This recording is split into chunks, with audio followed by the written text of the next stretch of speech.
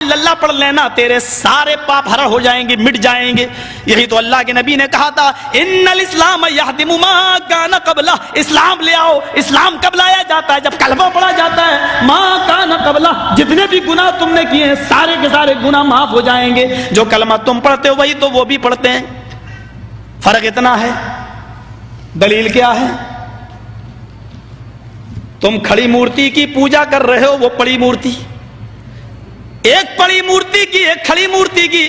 یہ شنکر بھگوان کی مورتی ہے، یہ بڑے پیر صاحب کا یا نظام الدین اولیاء کا مزار ہے، یہ احمد رضا خان کا مزار ہے۔ یہ کھڑی مورتی ہے، یہ پڑی ہے۔ جو کام اس پہ ہو رہا ہے وہی کام تو اس پہ بھی ہو رہا ہے، ورنہ مجھے بتا دو ہندو چنری چڑھائے مورتی پہ تو کافر، تم چادر چڑھاؤ تو پکے مسلمان، وہ ہار ڈالے تو کافر، تم پھول برساؤ تو پکے مسلمان۔ یہ کوئی چیز کھانے کی مورتی پہ چڑھائے تو کہے پرساد، پرساد کھانا حرام۔ یہاں پر کوئی چیز چڑھائی جائے اس کو کہو تبرک ہے، اور یہ کھانا بڑا مبارک۔ ہندو مورتی دھو کر اس کا پانی پی اور کہے کہ یہ گنگا جل سے زیادہ پاک و پوتر ہے، اس سے بیماریاں صحیح ہو جاتی ہیں۔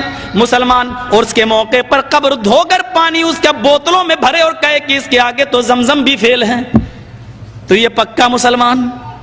جو کام اس پہ ہو رہا ہے وہی کام تو اس پہ ہو رہا ہے۔ اور آج میں فتویٰ دینے کا عادی نہیں ہوں، لیکن آج جذبات میں ہوں، میں یہ فتویٰ دے کے چلا جاتا ہوں۔ میرے پیارے ساتھیوں، اللہ کی قسم، اگر بھارت کے اور پاکستان کے، ہندوستان اور پاکستان کے، ہندوستان کا یہ 20 کروڑ مسلمان اور پاکستان کا وہ 15 کروڑ 10 کروڑ مسلمان، اگر یہ چادر چڑھانے کے بعد، چنری چڑھانے کے بعد، تبرک کھانے کے بعد اگر یہ جنت کے اندر چلا گیا تو کعبے کے رب کی قسم کھا کے کہتا ہوں کہ بھارت کا 60 کروڑ ہندو بھی ایک ایک کر کے جنت میں چلا جائے گا۔ اور اگر بھارت کا ہندو جنتی نہیں ہے تو اتنا یاد رکھنا کہ پھر تم اپنے مسلمان ہونے کا سرٹیفکیٹ پیش کرو۔ تم وہ جہنم میں کیوں جائے گا؟ اگر وہ ان کاموں کی وجہ سے جہنم میں جا رہا ہے تو تم یہ کام کیوں کر رہے ہو؟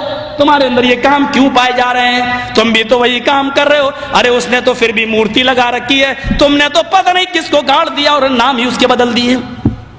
اللہ جانے اس میں حقیقت میں وہ ہے بھی یا نہیں ہے۔ مسجد میں ہوں، اللہ کے گھر میں، اللہ کے گھر سے بڑی کوئی جگہ نہیں ہوتی ہے۔ میں نے بنارس میں اپنی آنکھوں سے دیکھا، اپنی آنکھوں سے، ننگا بیٹھا رہتا تھا جے این یو میں، جیسے